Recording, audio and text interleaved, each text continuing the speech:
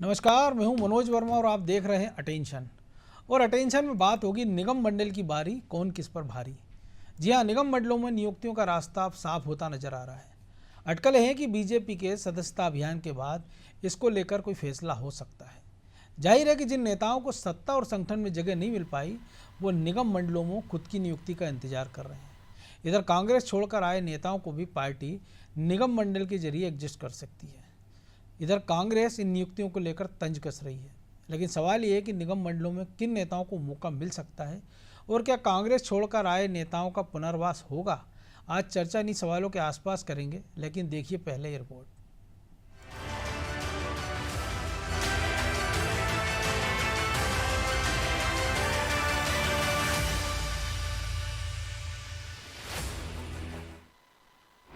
निगम मंडल नियुक्तियों की सुगबुगाहट। क्या कांग्रेस छोड़कर आए नेता होंगे एडजस्ट? ये सवाल काफी अहम है क्योंकि निगम मंडल में नियुक्तियों की सुगबुगाहट तेज हो गई है। कांग्रेस छोड़कर आए कई नेता अपने पुनर्वास का इंतजार कर रहे हैं। लिहाजा मध्य प्रदेश सरकार जल्द ही निगम मंडल के खाली पड़े पदों पर इनकी नियुक्तियां कर इन्हें एडजस्ट कर सकती है। ये राजनीतिक नियुक्तियां हैं, इसलिए नेताओं ने भी अपने अपने तरीके से पद हासिल करने की जुगाड़ लगाना शुरू कर दिया है। हालांकि सरकार और संगठन को मिलकर ये फैसला करना है कि कितने दल बदलुओं को इनमें जगह दी जाएगी। देखिए, भारतीय जनता पार्टी में पद बांटने का एकमात्र क्राइटेरिया होता है कि जो अनुभवी कार्यकर्ता हैं, सरकार का भाग नहीं बन पाए हैं, उनके अनुभव का इस्तेमाल करते हुए निगम मंडलों के माध्यम से विभिन्न शासकीय कार्यक्रमों में उनके अनुभव का उपयोग किया जाए और उनको भी न्यायोचित प्रतिनिधित्व सरकार में मिल पाए। इस दृष्टिकोण के साथ आने वाले वक्त में माननीय मुख्यमंत्री जी समर्पित कार्यकर्ताओं को अवसर प्रदान करेंगे सरकार में जाकर के अपनी सेवाएं देने का। बीजेपी भले ही ये दावा करे कि एडजस्ट जैसा उनकी पार्टी में कुछ नहीं, लेकिन इन निगम मंडलों में पूर्व केंद्रीय मंत्री सुरेश पचौरी, दीपक सक्सेना, पूर्व सांसद गजेंद्र राजू खेड़ी, शिवदयाल बागरी, दिनेश अहिरवार और शशांक भार्गव जैसे नेताओं को मौका मिल सकता है। इतना ही नहीं, गुना से पूर्व सांसद केपी यादव की दावेदारी भी काफी मजबूत बताई जा रही है। हालांकि दल बदलुओं को एडजस्ट करने पर अब कांग्रेस तंज कस रही है। निगम मंडलों में पद पाने के लिए भारतीय जनता पार्टी के नेताओं की लंबी कतार लगी गई। साथ ही जो भी सदस्यता अभियान शुरू हुआ, इसमें लॉलीपॉप दी गई थी, जो सबसे ज्यादा सदस्य बनाएगा उसे निगम मंडल में पद दिया जाएगा। तो झूठे सच्चे आंकड़े पेश करके इन नेताओं की बड़ी फौज खड़ी हो चुकी। साथ ही जो भाजपा में कांग्रेस के नेता गए, वो भी इस आस में बैठे हैं कि उन्हें कोई पद दे दिया जाएगा। लेकिन इन दोनों के बीच में आपसी खींचतान का दौर शुरू हो चुका है। भाजपा में सिर्फ टॉपल का दौर शुरू होने वाला, क्योंकि भाजपा के जो पुराने नेता है, कांग्रेस से जो आयातित नेता है, इन्हें पसंद नहीं करते, न चाहते हो किसी तरह निगम मंडल में बैठे। 15 अक्टूबर तक बीजेपी का सदस्यता अभियान चलेगा। इसके बाद ही ये नियुक्तियां की जाएंगी और इन नियुक्तियों के जरिए ही सरकार और संगठन की कोशिश पाला बदलने वालों के साथ विधानसभा और लोकसभा चुनाव में टिकट कटने से नाराज चल रहे नेताओं को एडजस्ट करने पर होगा। खैर, अब देखना होगा कि बीजेपी निगम मंडल में कितने और किन किन नेताओं को एडजस्ट करेगी। ब्यूरो रिपोर्ट, अनादि टीवी।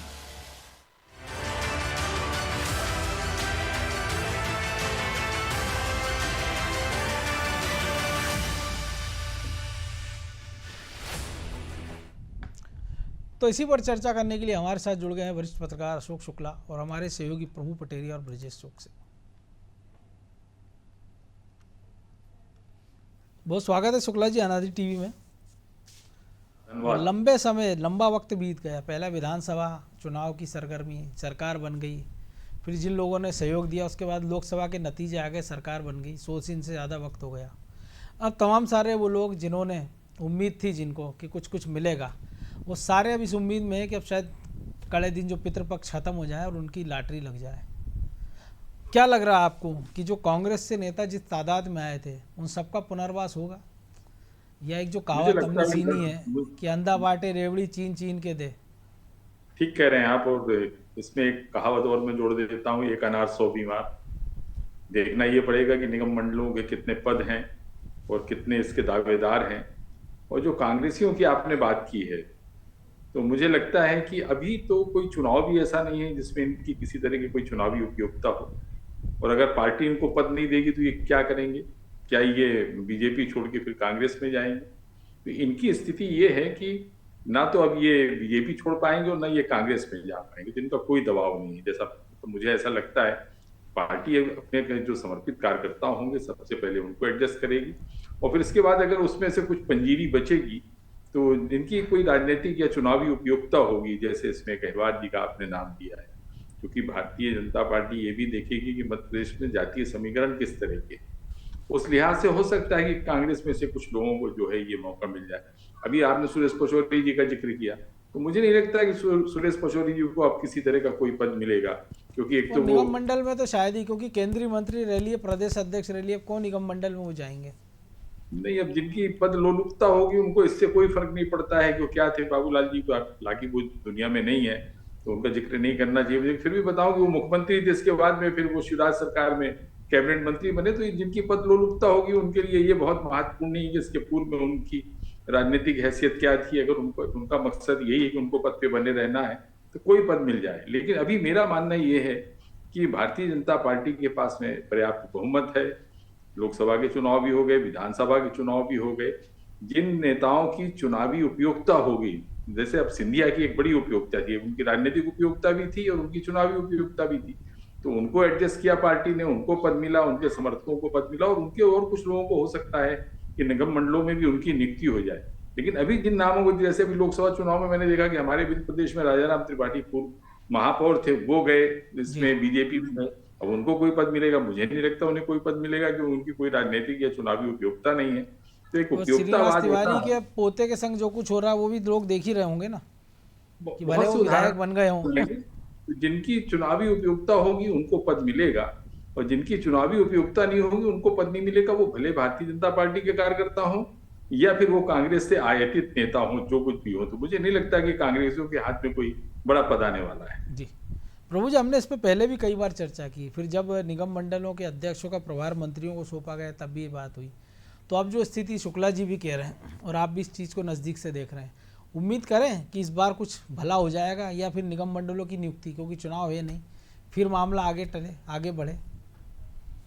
देखिए मनोज जी, एक जो बीजेपी की चर्चा है कि 30% पद जो है नियुक्तियों में निगम मंडलों में उनको दिए जाएंगे जो कांग्रेस से आए हैं, क्योंकि पार्टी ने जब विधानसभा चुनाव थे या उसके बाद फिर लोकसभा चुनाव आए, सब ज़्यादा लोकसभा चुनाव में नेता आए, 29-0 से बीजेपी की जीत हुई यहाँ पर, तो एक माहौल बनाया। वो मध्य प्रदेश में यदि इनको पद नहीं देते हैं तो फिर एक संदेश पूरे देश में जाएगा कि बीजेपी में जो जाता है उनको डंप कर दिया जाता है, यूज एंड थ्रो। हाँ, और आगे भी कई राज्यों में चुनाव है, तो पार्टी उस स्थिति से बचना चाहेगी। तो कुछ नेताओं को, जो जैसा कि अभी शुक्ला जी ने भी कहा, सिंधिया समर्थक कुछ नेताओं को मिल जाएंगे, जो कमलनाथ का साथ छोड़कर आए हैं, हम दीपक सक्सेना का नाम दिखा रहे हैं, उनको मिल जाएंगे। सुरेश पचौरी एक ऐसा नाम है जिसके लायक पद यहाँ पर खोजना बीजेपी के लिए भी खासी मशक्कत का काम होगा, क्योंकि वो जो है पूर्व केंद्रीय मंत्री हैं, 4 बार वो राज्यसभा के सदस्य रहे, कांग्रेस के प्रदेश अध्यक्ष रहे, बहुत बड़े कद के नेता हैं कांग्रेस से, वो बीजेपी में आ गए, सेवा दल के राष्ट्रीय अध्यक्ष रहे जी। तो उनको कहाँ पे एडजस्ट किया जाए, उनके लायक क्या पद खोजा जाए? राज्यपाल का पद उनके लायक हो सकता है, या राज्य योजना आयोग के उपाध्यक्ष जैसा पद हो सकता है, जो कि सबसे ऊपर का पद माना जाता है। उससे नीचे शायद मुझे नहीं लगता कि पार्टी उनके लिए वो स्थिति करेगी। लेकिन जो बाबूलाल गौर जी का उदाहरण दिया, कमल पटेल एक उदाहरण है हमारे सामने, जिनने खुद अपने विधानसभा क्षेत्र में 150 विधायक प्रतिनिधि बनाए थे, वो अब सांसद प्रतिनिधि बन गए। तो इस तरीके की भी स्थितियां है कि आदमी जो है पद चाहिए, उसको किसी भी स्थिति में पद मिले, चाहे छोटा मिले चाहे बड़ा मिले, वो अपनी उपयोगिता चाहता है, पहचान चाहता है। तो जो पहचान का संकट जिन नेताओं को है वो पद की लोलुपता में है। हालत है, आज ही जो खबर आई कि मुरैना में एक नेताजी ने ऐसा पद बना के अपने पोस्टर लगा दिए। बिल्कुल वही मैं कहने जा रहा था कि यदि नियुक्तियां 9 महीने से नहीं हुई हैं तो आप देखिए कि फर्जी नियुक्तियों के आदेश जारी होने लगे हैं, और बाकायदा उन्हें अपने पोस्टर भी छपवा लिए कि उनको फलाने निगम का वो जो है चेयरमैन बना दिया गया है, वो कैबिनेट मंत्री का दर्जा दिया गया है। तो वो स्थितियाँ भी बन सकती हैं। लेकिन जहाँ का आपने जिक्र किया, तो पहली नियुक्ति मुझे जो लगता है वो विजयपुर क्षेत्र से ही होने वाली है, जहाँ पर सीताराम आदिवासी और बाबूलाल मेहरा, जिनको कि आश्वासन पार्टी ने दिया संतुष्ट करने का, क्योंकि वो चुनाव में पार्टी को नुकसान पहुंचाने की स्थिति में है दोनों नेता, और वो खासा अपने विरोध भी दर्ज करा रहे थे। रामनिवास रावत को टिकट मिलने को लेकर कि उनको फिर से चुनाव मंच से देने भी जा उन्होंने रही है। नाराजगी जता दी। तो इस स्थिति में जो है पार्टी पहले तो उन दोनों को उपकृत करेगी, वहां से शुरुआत करेगी उस क्षेत्र से कि जहां पर कि ऐसा विरोधाभास हो। कुछ बुधनी क्षेत्र में को भी साधा जा सकता है, तो चुनाव वाले क्षेत्रों में वहां पर ज़्यादा कवायद करेगी। फिर वो पॉकेट संभाले जाएंगे जहां पर पार्टी को मजबूत करना है, क्योंकि आप किसी को निगम मंडल का अध्यक्ष बनाते हैं, कैबिनेट मंत्री, राज्य मंत्री का दर्जा देते हैं, तो आपको इसलिए देते हैं कि वो जहाँ से था, जिस क्षेत्र से भले चुनाव हारा नेता हो या भविष्य का नेता हो, तो उस पार्टी जहाँ हारे उस क्षेत्र को मजबूत करे जहाँ उसका प्रभाव क्षेत्र है, कि जो सत्ता संसाधन के जो पद हैं, जो उसको संसाधन मिल रहे हैं, उनका उपयोग करके वो ज़्यादा से ज़्यादा दौरे करे, पार्टी का काम करे। तो ये इस लिहाज से पार्टी वहाँ पर उपयोगिता देखेगी और बहुत सारे नेताओं को इसी तरीके से एडजस्ट किया जाएगा। पार्टी में एक भाजपा की बात करें तो भाजपा बदलाव में है। 20 साल शिवराज कार्यकाल के बाद यदि हम देखें तो बदलाव का दौर चल रहा है, युवा नेताओं को आगे बढ़ाया जाए। तो बहुत सारे जो पुराने नेता हैं जिनको हम उम्मीद कर रहे हैं कि ये बड़े कद के नेता, इनको एडजस्ट किया जाएगा, तो मुझे नहीं लगता कि बहुत सारे ऐसे चेहरे हैं जो सूची आएगी वो तो प्रत्याशित सी हमको दिखाई देगी कि जो जिनके नाम हम चला रहे हैं या उम्मीद कर रहे हैं कि ये बड़े नेता हैं, इनको तो जरूर सम्मान मिलेगा। पार्टी उनको जरूर मार्गदर्शक मंडल की ओर धीरे से धक्का मारती हुई दिखाई देगी। उनमें से कुछ को ही जिनकी ज़रूरत होगी, उपयोगिता जिनकी होगी, उनको लिया जाएगा। बाकी तमाम नेताओं को जो है पार्टी साइडलाइन करती हुई दिखाई देगी। नए नेतृत्व तो खड़ा करेगी, ऊर्जावान चेहरे उनके पास होंगे और पूरा का पूरा फोकस पार्टी का इसी पर है कि वो 2 करोड़ सदस्य बनाने की तरफ जा रहे हैं मध्य प्रदेश में। बाहर से आए वालों को भी संभालना है और आगे एक ऐसी रचना करनी है कि जो अभी माइलस्टोन सेट किया है इन 2 चुनाव में, वो आने वाले विधानसभा लोकसभा चुनाव तक बरकरार रहे और आगे बढ़े, नुकसान ना हो। सिचुएशन की स्थिति पर है पार्टी, तो आगे और थोड़ा सा इजाफा कर ले, पीछे ना जाए पार्टी। तो उस कोशिश में तमाम जमावट के साथ होंगे। इसीलिए मनोज जी अभी तक नहीं हुआ है। मुख्यमंत्री कई दौरे दिल्ली के कर चुके हैं, सूची बन चुकी है, चर्चा हो चुकी है, लेकिन विचार इसी पर किया जा रहा है कि कैसे लोगों को रखा जाए, क्यों रखा जाए, उनकी उपयोगिता क्या है। तो ब्रजेश जी उपयोगिता का है, लेकिन जो सवाल है, जो पचौरी की चर्चा की है शुक्ला जी ने भी, प्रभु जी ने भी, तो यह भी संभव है कि पचौरी अपने साथ बड़ी संख्या में अपने समर्थकों को लाएं, उनके लिए वो पद मांग लें कि ठीक है भैया 1 2 नहीं 3 4 पद उनके लिए मिल जाए, तो कम से कम वो अपना वजन साबित कर पाए मध्य प्रदेश की। बीजेपी की राजनीति है, क्योंकि कांग्रेस में तो वो जो चाहते थे वो हो जाता था, बीजेपी में तो ये संभव है नहीं। देखिए मनोज जी, निश्चित तौर पर यदि सिंधिया के लोगों को यदि मंत्री दर्जा मिलता है, वैसे तो कुछ लोगों को मंत्री मिल गया, सिंधिया कि आने की वजह से, उनके समर्थकों के आने की वजह से जो बीजेपी के नेता वहाँ पे अपने आप को उपेक्षित महसूस कर रहे हैं, उनको मौका मिलेगा। और जो आपने कहा कि सुरेश पचौरी जी आए, पचौरी जी को निश्चित तौर पर उनके लिए, जिस प्रभु जी ने भी कहा कि कोई ऐसा पद नहीं है, सिर्फ 2 पद ही हैं, यदि उनको वो बना सकते हैं तो वहाँ ठीक है। लेकिन वो जो उनके साथ आए हैं, चाहे संजय शुक्ला की बात कर लें हम, ऐसे लोगों को ज़रूर कुछ ना कुछ दिया जाएगा, क्योंकि ये जनाधार वाले नेता रहे हैं, पूर्व विधायक रहे हैं और ऐसे समय पे आए। शशांक भार्गव है और नाम चल भी रहा है, बिल्कुल। तो आप देखिए कि क्या उन लोगों को मौका दिया जाए, क्या अक्षय बम भी होंगे, ये तो सूची आएगी तब जाके पता चलेगा। लेकिन इसमें सबको संतुष्ट करने की कोशिश की जाएगी। उसमें ये भी कोशिश की जाएगी कि जो पिछली बार हुआ था, हमने देखा किस तरह से सिंधिया के साथ लोग आए थे, तो कांग्रेस से आए लोगों को सबको समाहित करने की कोशिश की गई थी, उनको कैबिनेट मंत्री बना दिया गया था, निगम मंडलों में नियुक्तियां दे दी गई। तब सरकार की मजबूरी के रूप में देखा जा रहा था कि हमने सत्ता में आए हैं, वापसी की है, इस वजह से, इनकी वजह से की है, इसलिए उनको वो मौके दिए गए थे। इससे हमने देखा कि बीजेपी के कई वरिष्ठ नेता भी नाराज हुए, जो उम्मीद पाले हुए थे कि सत्ता में आएंगे तो पहला काम उनका बनता है, उनकी भागीदारी होगी सत्ता में, लेकिन वो नहीं हो पाई थी। इस बार ऐसा संतुलन बनाने की कोशिश की जा रही है, उसके ही लिए सर्वाधिक कवायदें हो रही हैं कि जो आए हैं, एक संदेश जो प्रभु जी ने कहा वो भी दिया जा सके कि भाई जो लोग आए हैं, हमने सिर्फ उनको यूज नहीं किया है, उनसे जो वादे किए हैं उनको पूरा सम्मान भी दिया है। लेकिन जितने लोग आए हैं, जितने दावे किए जा रहे हैं, निश्चित तौर पर सभी को तो दे नहीं सकते, उतने पद भी नहीं है, तो कुछ संख्या उनकी भी होगी, ताकि एक संदेश जाए कि देखिए हमारी पार्टी में आप आए हो तो हमने पूरा सम्मान भी रखा है, जो आपसे वादा किया था वो भी पूरा किया। साथ में एक कोशिश की जाएगी कि भाई जो पार्टी के लोग हैं, जो लगातार संघर्ष कर रहे हैं, उन्हीं लोगों से लड़ते रहें, जो कांग्रेस से बीजेपी में आए हैं। अब एक तरह से उनका वहाँ पर राज है, चाहे वो विधायक बन के हों, चाहे मंत्री बन के हों, तो उस क्षेत्र के नेताओं को भी तवज्जो दी जाएगी, एक संतुलन साधने की कोशिश की जाएगी कि आप पार्टी को वहाँ जीवित रखें, आप पार्टी लड़ते रहे। तो ऐसा नहीं है कि आपको हमने किनारे कर दिया, कांग्रेस से कुछ लोग आए, तो उनको संतुष्ट करने की कोशिश की जाएगी। बड़े नेता हैं, उनके समर्थक आए जो सुरेश पचौरी जी की हम जिक्र कर रहे थे, उनको साधने की कोशिश की जाएगी। देखिए आप कुछ लोगों को लेकर आए तो आपका मान सम्मान यहाँ पे रहेगा, तो पूरा संतुलन देखने को मिलेगा संगठन का भी उसमें।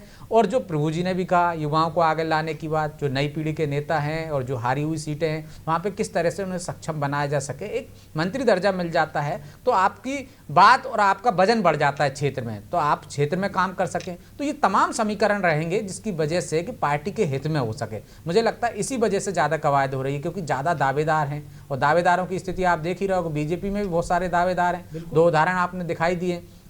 तो इस सब को देखते हुए ऐसा संतुलन साधने की कोशिश की जा रही है कि बाद में कोई इस तरह के सुर सुनाई ना दें कि लोग नाराज हैं कि कांग्रेस के लोग ज़्यादा पद ले गए हैं या जो लोग आए हैं वो ले गए हैं। जो उसके हकदार बनते हैं, जो नई युवा पीढ़ी है वो नज़र आएगी, और जो एक तरह से जो कहा प्रभु जी ने कि मार्गदर्शन मंडल में डाल देंगे, तो जो एक तरह से अपना हक मानते हैं ना कि हर बार यदि सत्ता में रहना ही है उन्हें, चाहे वो मंत्री पद से रहें या मंत्री दर्जा से रहें या विधायक रहें, मुझे लगता है कि वो अब कहीं ना कहीं किनारे हो जाएंगे।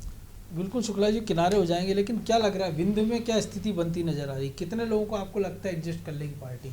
क्योंकि अभी तक जो घटनाक्रम चला वो सबसे ज़्यादा चर्चा विंध्य की हो रही इन दिनों, कि जो बाहरी लोग हैं उनसे जो टकराव हो रहा है कि वो आ जरूर गए हैं, विधायक बन गए हैं, लेकिन संगठन और सरकार के साथ उनका तालमेल नहीं बैठ पा रहा है।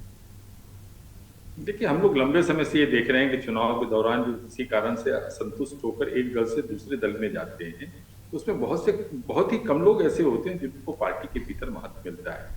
एक नाराजगी को लेकर तो विभिन्न प्रदेश में भी जो नेता गए थे वो किसी न किसी तो रूप में जो है, या तो जो पार्टी वितरण, जो टिकट वितरण हुआ था उसको लेकर उनके मन में नाराजगी थी, या नेताओं की जो उपेक्षा हो रही थी। जैसे हमारे उत्तर प्रदेश में जो बड़ा दल बदल हुआ वो अभी आपके लोकसभा चुनाव के दौरान हुआ। इसमें जीतू पटवारी को जब अध्यक्ष बनाया गया, प्रदेश अध्यक्ष बनाया गया, तो विभिन्न प्रदेश के एक बड़े कद्दावर नेता हैं अजय सिंह राहुल, वो अपने आप को काफी उपेक्षित महसूस कर रहे थे, जिसके चलते उनकी बड़ी तादाद में उनके समर्थक जो हैं निकल कर बीजेपी में गए हैं।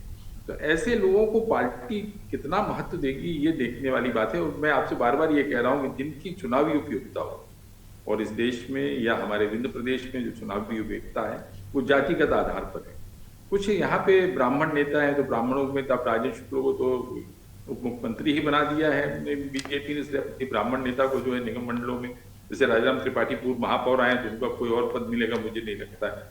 ओबीसी के कुछ चेहरे ऐसे हो सकते हैं कि जिनको यहाँ पर जो है महत्व मिले, लेकिन अभी जो दल बदल हुआ उसमें ओबीसी का कोई बड़ा चेहरा कांग्रेस से निकलकर बीजेपी में नहीं गया है। दलित समाज से जरूर 1-2 लोग हैं, लेकिन उनमें वो क्षमता नहीं है। लेकिन कई बार लगता है ना, ऐसा लगता है कि ये बहुत सारा सामाजिक वोट या समाज का वोट दिला देंगे, लेकिन वो ऐसा कई बार होता नहीं। इसी बिंदु हमने देखा पिछली बार भी सरकारों ने, हमने देखा राजमणि पटेल को बनाया था, राज्यसभा सांसद बनाया गया, लेकिन उतना फायदा वो दिला नहीं पाया कांग्रेस को जितनी उम्मीद की जा रही थी। नहीं, बिल्कुल ऐसा नहीं होता है। और अब समाज का हर वर्ग, हर व्यक्ति जो है जागरूक है, वो अपना हित अनित समझता है। अब तो ये पार्टियों की धारणा है कि अगर इस व्यक्ति को हम ले आएंगे तो इसके पीछे पूरा समाज चला है। बिल्कुल ऐसा नहीं होता है। हालांकि चुनाव में जो जातिगत समीकरण होते हैं वो होते हैं, उनका असर भी होता है, प्रभाव भी होता है। ब्राह्मण के साथ में जाता है, क्षत्रिय के साथ में जाता है।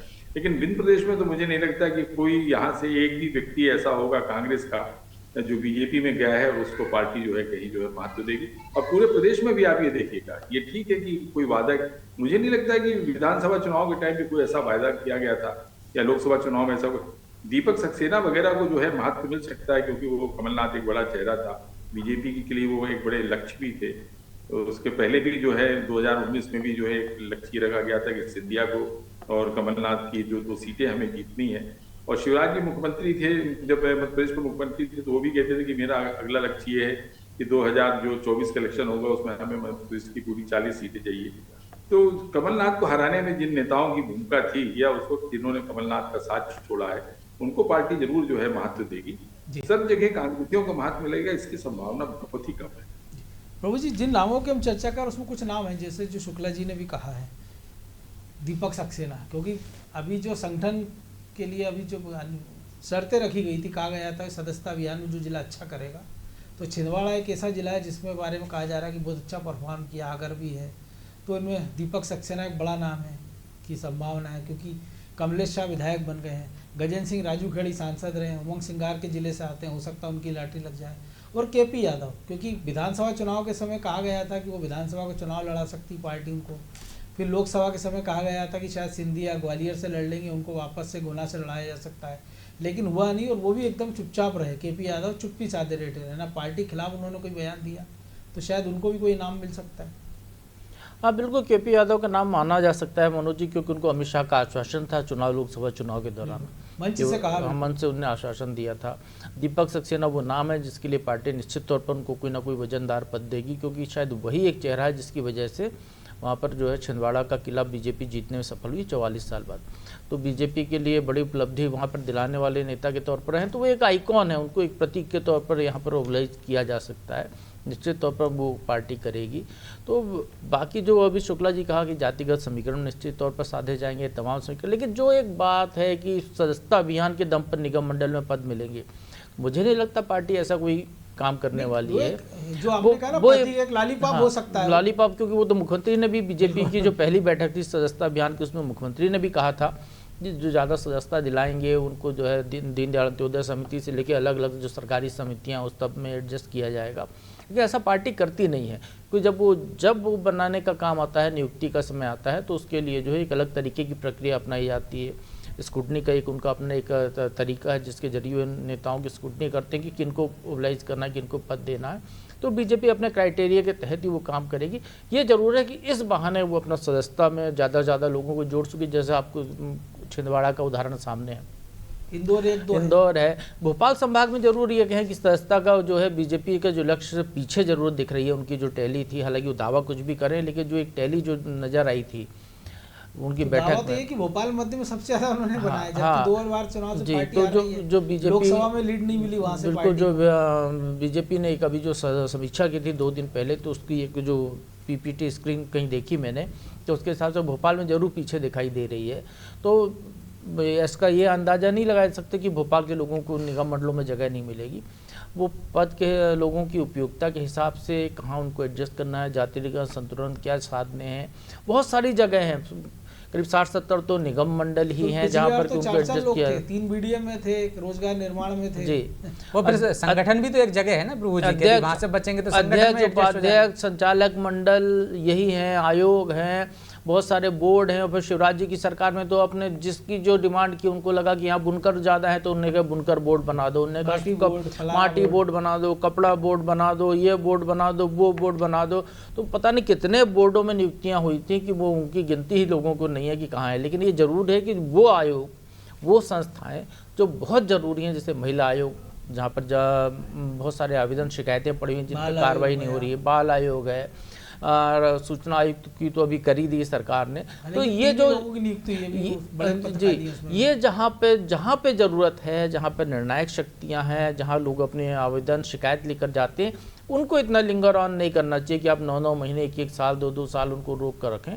ऐसे पे तत्कालीन पदों को भरना चाहिए, क्योंकि जनता से जुड़े हुए सीधे पद है।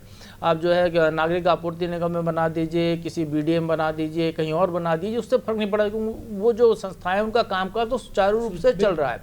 अध्यक्ष के आने से उस पर एक आर्थिक बोझ ही बढ़ जाता है और कुछ नहीं होता, तो वो उनका काम कहीं प्रभावित नहीं हो रहा है। लेकिन जहाँ काम प्रभावित हो रहा है वहाँ पहले फुर्सत में नियुक्तियाँ करनी चाहिए, जिससे जनता को सहूलियत मिले, और अच्छे लोगों की नियुक्तियाँ करनी चाहिए कि बढ़िया काम काज करना, तो उससे सरकार की छवि में भी निखार आएगा।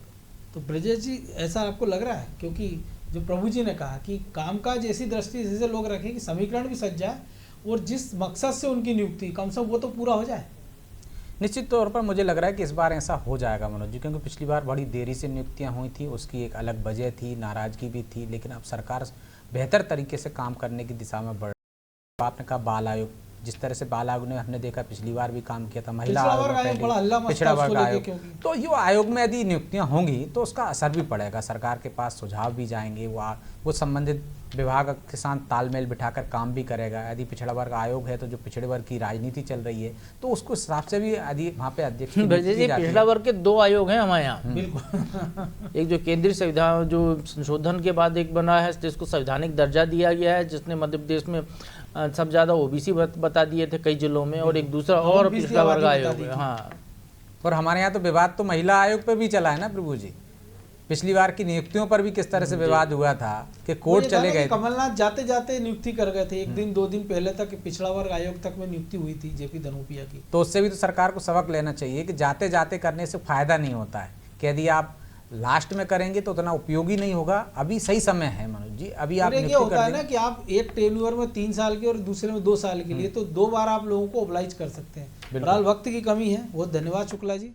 तो निश्चित तौर पर निगम मंडलों की इंतजार लंबे समय से जो नेताओं को भी है, जो पुनर्वास की राह देख रहे हैं उनको भी है, जिन्होंने लोकसभा चुनाव में बड़ी उम्मीदों के साथ बीजेपी का दामन थामा था। अब संकट ये है कि एक अनार 100 बीमार वाली स्थिति है कि सरकार या संगठन किसको संतुष्ट करेगा और जो बचे हुए लोग रह जाएंगे उनको क्या कहकर मनाया जाएगा। अटेंशन में आज इतना ही। मुझे दीजिए इजाज़त और आप देखते रहिए अनादि टीवी। नमस्कार।